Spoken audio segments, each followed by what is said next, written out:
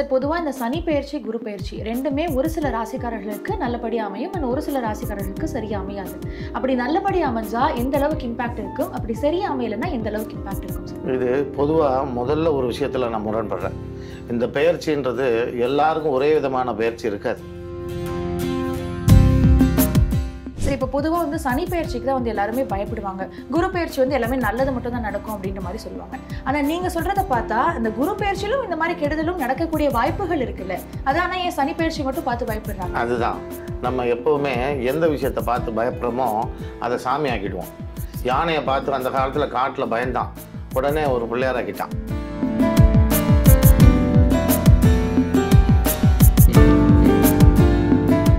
இப்போ நீங்கள் சொல்கிற மாதிரி ஜாதகங்களுக்கு வித்தியாசம் இருக்குன்னா நட்சத்திரம் இப்போ இங்கே என்ன ரோல் சார் ப்ளே பண்ணும்? நட்சத்திரம்ன்றது ஒரு ஸ்பேஸ், அவ்வளோதான். இப்போ இந்த இடத்துல மொத்தம் 27 ரூம் இருக்குன்னு நினச்சிக்கோங்க.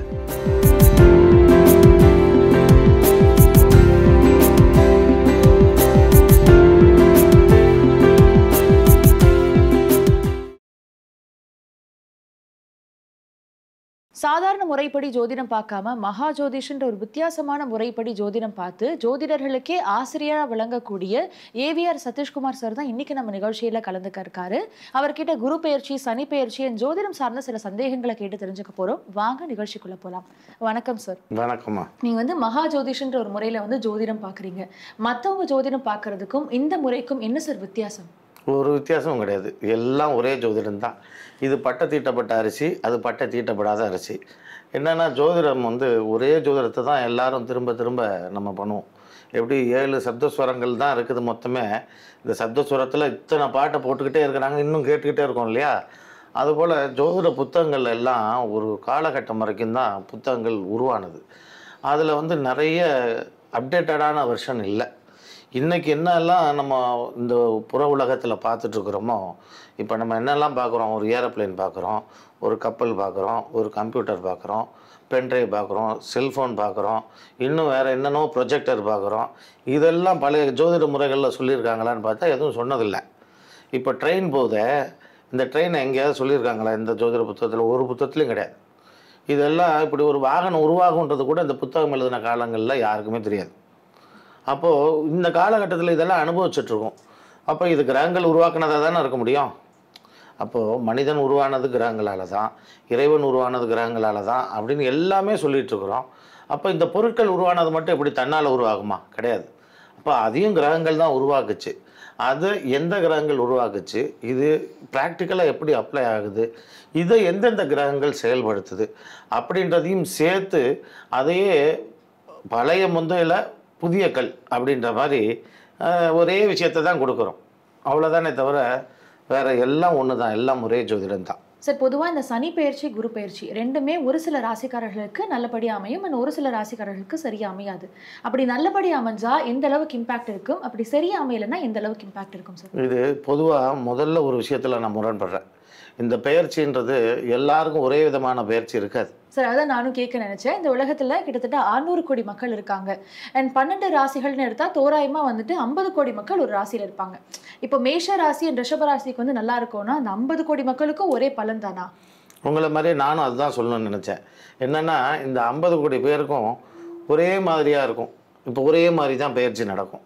இப்போ மேஷராசி ரிஷபராசிக்காரங்களுக்கு இப்போ இந்த குரு பயிற்சி நல்லா இருக்குது, சனி பயிற்சி நல்லா இருக்குன்னு வச்சுக்குவோம். இந்த ரிஷபராசிக்காரனுக்கு இப்போ இந்த வருஷம் சாகிறவன் எவனுமே இருக்க மாட்டானா? அவனுக்கு தான் நல்லா இருக்கு, அவன் சாகக்கூடாதே. அவனுக்கு கல்யாணம் ஆகிறவன் எவனும் இருக்க மாட்டானா? இப்போ குழந்தை பிறக்கிறவன் எவனும் இருக்க மாட்டானா? இன்னும் அவனுக்கு நடக்க வேண்டிய நல்ல விஷயமா இருக்கட்டும் சரி, கெட்ட விஷயமா இருக்கட்டும் சரி, இது எல்லாம் இந்த ரிஷபராசிக்காரனுக்கு நடக்காதா? இவங்க சொல்கிற அதே நல்ல பலன்களாக நடந்துகிட்ருக்கோம். இதில் உயிர் போகிறவனும் இருப்பான், இதில் ஆக்சிடெண்ட் ஆகிறவனும் இருப்பான். இவனுக்கு இதில் வந்து அவனுக்கு கெட்ட விஷயங்கள் நடந்ததும் இருக்கும், உறவு சிக்கல் ஏற்பட்டிருக்கலாம், இன்னும் எவ்வளோ விஷயங்கள் நடக்கும். இதுலேருந்து என்ன கன்க்ளூஷன் என்ன? யாருக்கும் ஒரே பலன் கிடையாது. ஒவ்வொரு ஜாதகமும் இண்டிவிஜுவலான ஜாதகம். இப்போ இங்கே இருக்கிறோம்னா, இப்போ எனக்கு ஒரு ஜாதகம்னா உங்களுக்கு ஒரு ஜாதகம், இங்கே கேமராமேனுக்கு ஒரு ஜாதகம், எல்லாருக்கும் ஒரு ஜாதகம் இருக்கும். இப்போ இந்த ஜாதகத்தை வச்சு தான் நம்ம தீர்மானம் பண்ணணுமே தவிர, பொதுவாக இந்த பயிற்சி இருக்குது அப்படின்னா இது எதுக்காக பயன்படும்னா, சும்மா சேனலில் உட்காந்துட்டு இந்த குரு பயிற்சி பலன்களும் சனி பயிற்சி பலன்களும் போகிறதுக்கு வேணால் பயன்படுமே தவிர, இது சாதாரணமாக எல்லாருக்கும் ஒரே விதமான பலன்கள் நடக்கவே நடக்காது. ஒவ்வொரு கிரகத்துக்கும் ஒவ்வொரு குணாதிசயம் உண்டு.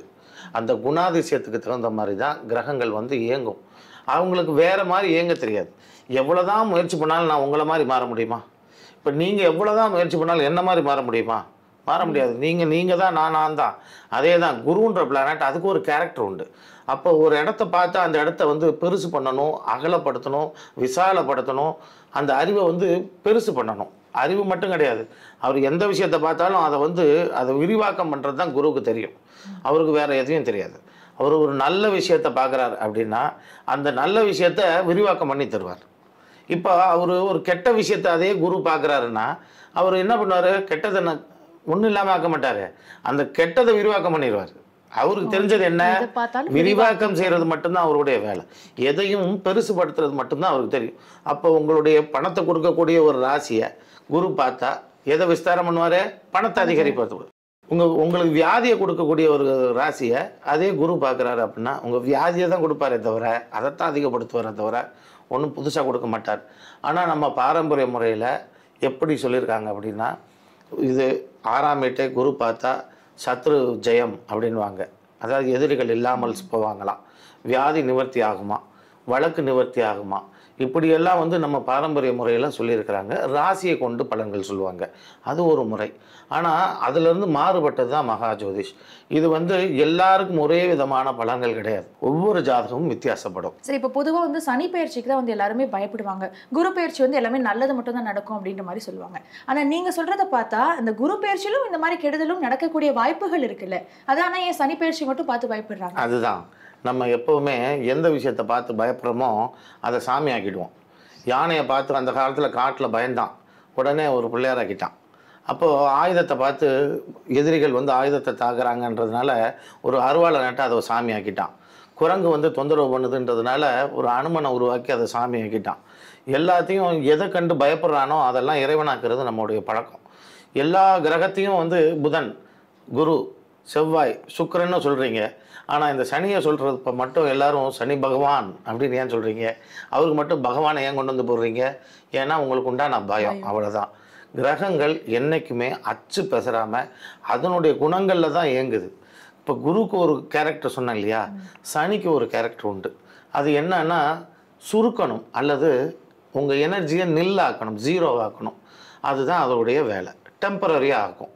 இப்போ உதாரணத்துக்கு நல்லது செய்கிற ஒரு கிரகத்தை இப்போ கோச்சார கிரகம் அதாவது சனி வந்து பார்த்தா இப்போது அவனை நல்லது செய்ய விடாமல் அவனோட எனர்ஜியை ட்ரெயின் பண்ணுவான்.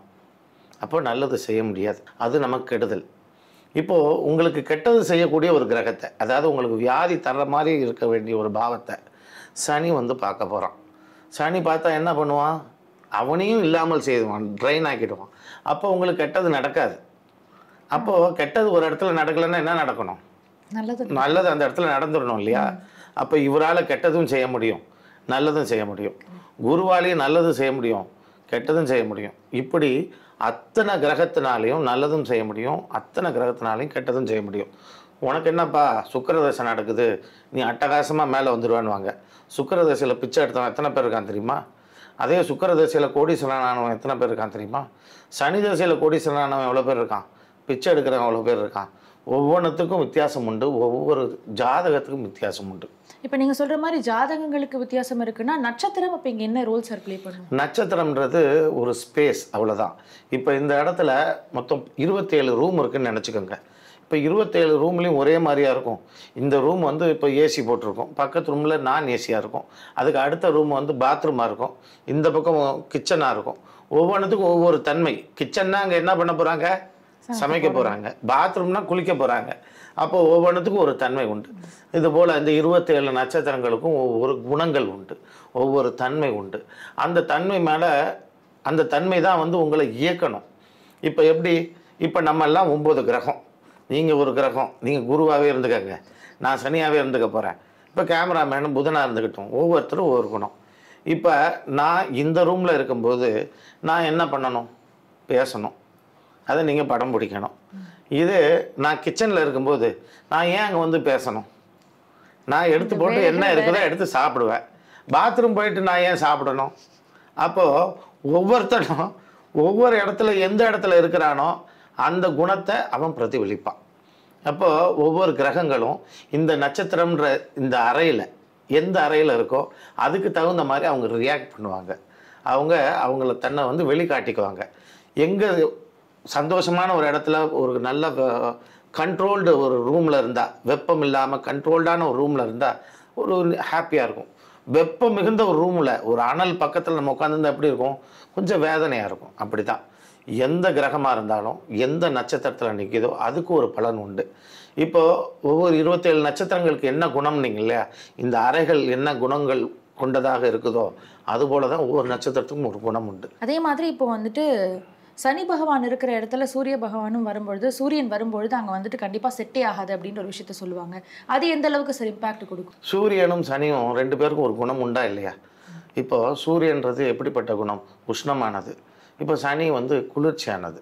சூரியன் பிரைட்டஸ்ட் பிளானட்டு, சனி தான் இருக்கிறதுலே டார்க்கஸ்ட்டு. சூரியனோட ஒளி போக முடியாத தூரத்தில் நிற்கிது.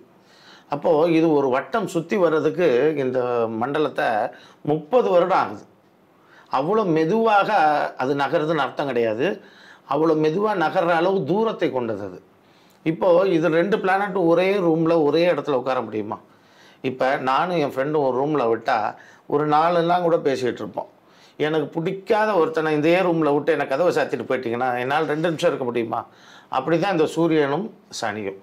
ராசியில் ஜாதக கட்டங்களில் உட்காந்து மாறும்போது இது எப்படி மாறுபடும் அப்படின்னு பார்த்தா, இப்போது ஒவ்வொருத்தருக்கும் இது தொழிலை கொடுக்க வேண்டிய ஒரு சூரியன், குழந்தையை கொடுக்க வேண்டிய ஒரு சூரியன், இவருக்கு வெற்றியை கொடுக்க வேண்டிய ஒரு சூரியன் அப்படின்னு ஒவ்வொன்றுத்துக்கும் சூரியன் ஒவ்வொரு தன்மை வந்து வாங்கியிருப்பார். அதோடு இப்போ சனி வந்தால் என்ன ஆகும்? இதுக்கு நேர் எதிராக நடக்கும். அவருக்கு தொழிலை கெடுக்கக்கூடிய ஒரு சூரியன், இவருக்கு வெற்றியை தடுக்கக்கூடிய ஒரு சூரியன், இவருக்கு குழந்தை பிறக்காமல் தடுக்கக்கூடிய ஒரு சூரியன் அர்த்தம் அந்த இடத்துல மாறுபடும். இப்போ இது சேர்ந்திருக்க காலத்தில் நேர்மறையான பலன்கள் எதிர்மறையாக நடக்கும். இப்படி தான் இதை எடுக்கணும். இது ஜோதிடத்தில் இது அடுத்தடுத்த நிலையில் வரும்போது இதெல்லாம் ரொம்ப எளிமையாக கற்றுட்டு வரலாம். டெய்லி வந்துட்டு நம்ம கேலண்டர் பார்ப்போம், இன்றைக்கி நம்ம ராசியில் என்ன போட்டிருக்கு அப்படின்னு பார்ப்போம். அந்த மனநிலையில் எல்லாரும் வேலை பார்ப்பாங்க. ஸோ அதெல்லாம் அப்போ நம்பணுமா நம்பக்கூடாது? அதெல்லாம் பார்க்கணுமா வேணாமா? அந்த மனநிலை மட்டும் வச்சுக்கோங்க, அதெல்லாம் ஒன்றும் நடக்காது. இன்றைக்கி சோகம்னு போட்டிருப்பான், நாளைக்கு அதையே என் ஒய்ஃபுக்கு போட்டிருப்பான், அவனுக்கு மகிழ்ச்சின்னு போட்டிருப்பான். அது எப்படி எனக்கு சோகம் இருக்கப்போ என் மனைவிக்கு மகிழ்ச்சி வரும்? வீட்டில் கணவன் இருந்தாலே அவனுக்கு துக்கம்தான். அது எப்போவுமே இது எல்லாருக்கும் நடக்கிறது தான். இது இன்றைக்கி போட்டிருக்கிறது நாளைக்கு பார்த்தீங்கன்னா பக்கத்து ராசிக்கு போட்டிருப்பான். அவ்வளோதானே தவிர இதெல்லாம் சும்மா ஒரு ஜாலிக்கு, ஒரு என்டர்டெயின்மெண்ட்டுக்கு, அவ்வளோதான். அதை படிக்கிறதோடு நிறுத்திடணும். அன்றைக்கி பேப்பர் கிளிக்கிறோம்ல தேதியை, அதோடு அதை தூக்கி போட்டுக்கணும். இப்போ சனி பயிற்சின்னு வரும்பொழுது ஒருத்தர் வந்துட்டு இதிலெல்லாம் கான்ஷியஸாக இருக்கணும் அப்படின்ட்டு பயமுறுத்திட்டே இருக்காங்கல்ல, அந்த மாதிரி விஷயங்கள்லாம் வேணாம் அப்படின்னு நீங்கள் சொல்லக்கூடிய விஷயங்கள் என்னவா இருக்கும்? அதாவது இவங்க பயமுறுத்துறாங்கன்னா எல்லாம் ராசியை கொண்டு மட்டும் சொல்கிறாங்க. நிறைய முறைகள் இருக்குது பாருங்கள். நம்மளுடைய வழியில் சந்திரனை வச்சு சொல்கிறது ஜோதிடம் சொல்கிறது, இது மதியை கொண்டு. வடநாட்டிலலாம் சூரியனை வச்சு சொல்லுவாங்க மாதத்திற்கு. இந்த மாதத்தில் இந்த தேதியிலேருந்து இந்த தேதி வரைக்கும் பிறந்தவங்க இந்த ராசி அப்படி கணக்கெடுப்பாங்க. அது சூரியனை கொண்டு. இது வந்து இந்த சந்திரனை கொண்டு பார்க்குறது மதி, சூரியனை கொண்டு பார்க்குறது கதி, லக்னத்தை கொண்டு பார்க்கறது விதி. இப்போ ஜோதிடம் பார்க்குறது எல்லாம் விதியை அறிந்து கொள்ள தான், மற்றபடி உங்கள் மதியை அறிந்து கொள்ளவோ உங்கள் கதியை அறிந்து கொள்ளவோ இல்லை. அப்போ இந்த லக்னம்ன்றது ரொம்ப தீர்மானமாக ஆழமாக வரும். லக்னத்திலேருந்து பார்க்குறதும் ஒரு முறை இருக்குது. அது பரவலாக யாருக்கும் தெரியாது. இப்போது நீங்கள் என்ன ராசி அப்படின்னு கேட்டால் ஏதாவது ரொம்ப சுலபமாக சொல்ல தெரியும் உங்களுக்கு. ஆனால் நீங்கள் என்ன லக்னம்னு கேட்டால் கொஞ்சம் யோசிக்கணும், அல்லது வீட்டில் போய் ஜாதகத்தை எடுத்து பார்க்கணும். அது உங்கள் வீட்டில் உங்களுக்கு உங்கள் லக்னம் தெரிஞ்சால் கூட உங்கள் வீட்டார் லக்னம் கேட்டால் தெரியாது, ராசி தெரியும். அப்போது பொதுவாக எல்லாருக்கும் தெரிஞ்ச ராசியை வச்சு சொல்லும் பொழுது அதை எடுத்து 2 நிமிஷம் படிப்பாங்க, அல்லது அந்த வீடியோவை ஃபுல்லாக உட்காந்து பார்ப்பாங்க. நான் வந்து என்னோடய ராசி மட்டும் பார்க்க மாட்டேன், என்னுடைய மனைவிதையும் பார்ப்பேன், என்னுடைய பிள்ளைகள்தையும் பார்ப்பேன். ஆக மொத்தம் 4 வியூ ஆகிடுது. இப்படி தான் அதிகமாக போகிறது அது. மற்றபடி இது ப்ராக்டிக்கலாக உங்களுக்கு எந்த வகையில் உதவுன்னு பார்த்தா ஒரு சின்ன டிப்ஸு தரேன். இவங்க எல்லாம் ராசிக்குன்னு சொல்கிறாங்க இல்லையா, நீங்கள் அது உங்கள் லக்னமாக எடுத்துக்கோங்க. இப்போ நீங்கள் உதாரணத்துக்கு லக்னம் வந்து துலா லக்னம்னு வைங்க. இவங்க துலா ராசிக்கு சொல்கிறாங்க இல்லையா பலன், அதுக்கு வச்சு பாருங்கள், அது இன்னும் பெட்டராக மேட்ச் ஆகி வரும். உங்களுக்கு ராசி தெரியும், அதை வச்சு பார்க்குறீங்க. லக்னத்துக்கு சொல்கிறாங்க இல்லையா, நீங்கள் என்ன லக்னம்னு போய் தெரிஞ்சுக்கோங்க. ஒரு உதாரணத்துக்கு நீங்கள் துலா லக்னமாக இருக்கீங்கன்னா அவங்க துலாம் ராசிக்கு பலன் சொல்லும்போது ராசிக்கு சொல்கிறத நான் வந்து நீங்கள் அது உங்கள் ஜாத்து பாருங்கள், அது 60% ஒத்து வரும். என்னன்னா மீதி அந்த 40% என்னென்ன கிரகங்கள் எங்கெங்கே பிளேஸ் ஆகிருக்கு, அது எந்தெந்த கிரகங்கள் பார்க்குதுன்றதெல்லாம் தெரியாது இல்லையா. அது இண்டிவிஜுவலாக பார்க்கும்பொழுது தான் தெரியும். மற்றபடி இது பொதுவான ஒரு பலன் தான். இதெல்லாம் சும்மா கமலஹாசன் ஒரு இதில் சொல்லுவார், பழமொழி சொன்னால் அனுபவிக்கணும், ஆராயக்கூடாது. அதே தான் இது. நீங்கள் எல்லாம் இதை நாங்கள் போட்டால் பாருங்கள், அனுபவிங்க, ஆராயாதீங்க. இதில் சார் நீங்கள் சொன்ன மாதிரி லக்னத்தை பார்க்கணும் அப்படின்னா இப்போ ராசிக்கு என்னதான் ப்ரோக்ராம், ராசி எதனால் பார்க்குறாங்க மற்றவங்க லக்னம் பார்க்கணும்? ராசி என்பது சந்திரன் ஒரு கிரகத்தை வச்சு தான் சொல்கிறோம். சந்திரன் நீங்கள் கேட்ட மாதிரி 27 நட்சத்திரத்தில் எந்த நட்சத்திரத்து மேலேயாவது அன்னைக்கு நீங்கள் பிறந்த அன்னைக்கு நிற்கலாம். இந்த 27 நட்சத்திரமும் இந்த 12 ராசிக்குள்ளே விரவி இருக்கும். அப்போது எந்த ராசிக்குள்ளே அந்த சந்திரன் நிற்குதோ அதுதான் உங்கள் ராசி. இப்போ நீங்கள் பிறந்தப்ப சந்திரன் வந்து மேஷத்துலன்னா மேஷ ராசி, ரிஷபத்துலன்னா ரிஷப ராசி. நீங்கள் என்ன ராசி? மீன ராசி. நீங்கள் பிறந்தப்ப மீனத்து மேலே சந்திரன் நிற்கும். நீங்கள் போய் ஜாத கட்டத்தை திருப்பி பாருங்கள், மீன ராசின்ற கட்டத்துக்குள்ளே சந்திரன் போய் நிற்கும். அதை வச்சு தான் ராசின்னு சொல்கிறோம்.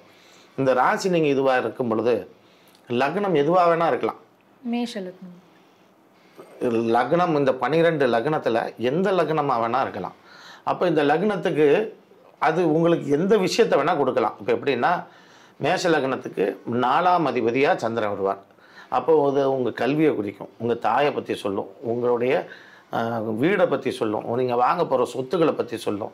இன்னும் சொல்லப்போனால் உங்களுடைய வித்தையே அதுதான். இப்போ நீங்கள் ஒரு ஆங்கர் பண்ணுறீங்கன்னா அது உங்களுடைய வித்தை. இது எல்லாம் இந்த 4ஆம் பாவம் தான் குறிக்கும். இந்த 4ஆம் பாவத்தை வச்சு தான் இதெல்லாம் சொல்லணும். லக்னம் தெரிஞ்சாதான் இந்த சந்திரன்ற ஒரே கிரகம் உங்களுக்கு என்ன செய்யுதுன்றது சொல்ல முடியும். இதே ரிஷப லக்னமாக நீங்கள் இருந்திருந்தீங்கன்னா உங்களுடைய தைரியத்தை பற்றி தான் இந்த சந்திரன் சொல்லுவோம். உங்களுடைய ஸ்பீச்சை பற்றி, உங்களுடைய நீங்கள் எவ்வளோ அழகாக பேசுகிறீங்களா, கோபமாக பேசுகிறீங்களா, முரட்டுத்தனமாக பேசுகிறீங்களா, முட்டாள்தனமாக பேசுகிறீங்களான்றதெல்லாம் இந்த 3ஆம் பாவமாகிய சந்திரனை வச்சு தான் முடிவு பண்ணணும். அப்போது ஒவ்வொரு லக்னத்துக்குமே இது மாறும். துலா லக்னக்காரங்களாக இருந்ததுன்னா 10ஆம் வீட்டு அதிபதியாக சந்திரன் வருவார். 10ஆம் வீடுனா தொழில். அப்போ அவனுடைய தொழில் எப்படியா இருக்கும் அப்படின்றது இந்த சந்திரனை வச்சு சொல்லலாம். ஒவ்வொரு லக்னமும் அப்படியே மாறும். ஒரு ராசி மாறுறதுக்கு சந்திரனுக்கு தோராயமாக ஒரு 2.5 நாள் ஆகுதுன்னு வச்சுப்போம். ஆனால் இந்த 12 லக்னமும் 24 மணி நேரத்துக்குள்ளே சுற்றி வந்துடும். அப்போது இதில் எந்த லக்னமாக வேணாலும் இந்த மீன ராசிக்குள்ளே இருக்கலாம். நீங்கள் பிறந்த நாள் அன்னைக்கே மீன ராசியில் பிறந்தவங்க அன்னைக்கு ஃபுல்லாக இருப்பாங்க. ஆனால் 12 லக்னக்காரங்களும் இருப்பாங்க. ஒவ்வொன்றுத்துக்கும் ஒவ்வொரு பலம். குரு பயிற்சி அண்ட் சனி பயிற்சி இந்த உலகத்தில் என்னென்ன மாதிரியான மாற்றங்கள்லாம் ஏற்படுத்துச்சு? இது பொதுவாக சில விஷயங்கள் வந்து ஜென்ரலான கேரக்டர்ஸ் உண்டு. இப்போ எப்படின்னா இந்த மேச ராசிக்குன்னு ஒரு குணங்கள் உண்டு, ரிஷப ராசிக்குன்னு ஒரு குணங்கள் உண்டு. இப்போ நிறைய பார்த்தீங்கன்னா இந்த ஃபோக்சோ சட்டம் நிறைய வருது. இப்போ இந்த வாத்தியார் வந்து குழந்தைகள்கிட்ட அத்துமீறல் நடக்கிறதெல்லாம் இப்போ நிறையா நடக்குது. இதுக்கெல்லாம் இந்த கோச்சார ரீதியாக குரு வீட்டிலேருந்து சுக்கிரன் வீட்டை பார்வை செய்கிறதுனாலையும் குரு வீட்டிலேருந்து புதன் வீட்டை பார்வை செய்கிறதுனால அடுத்து வரக்கூடிய காலகட்டங்களில்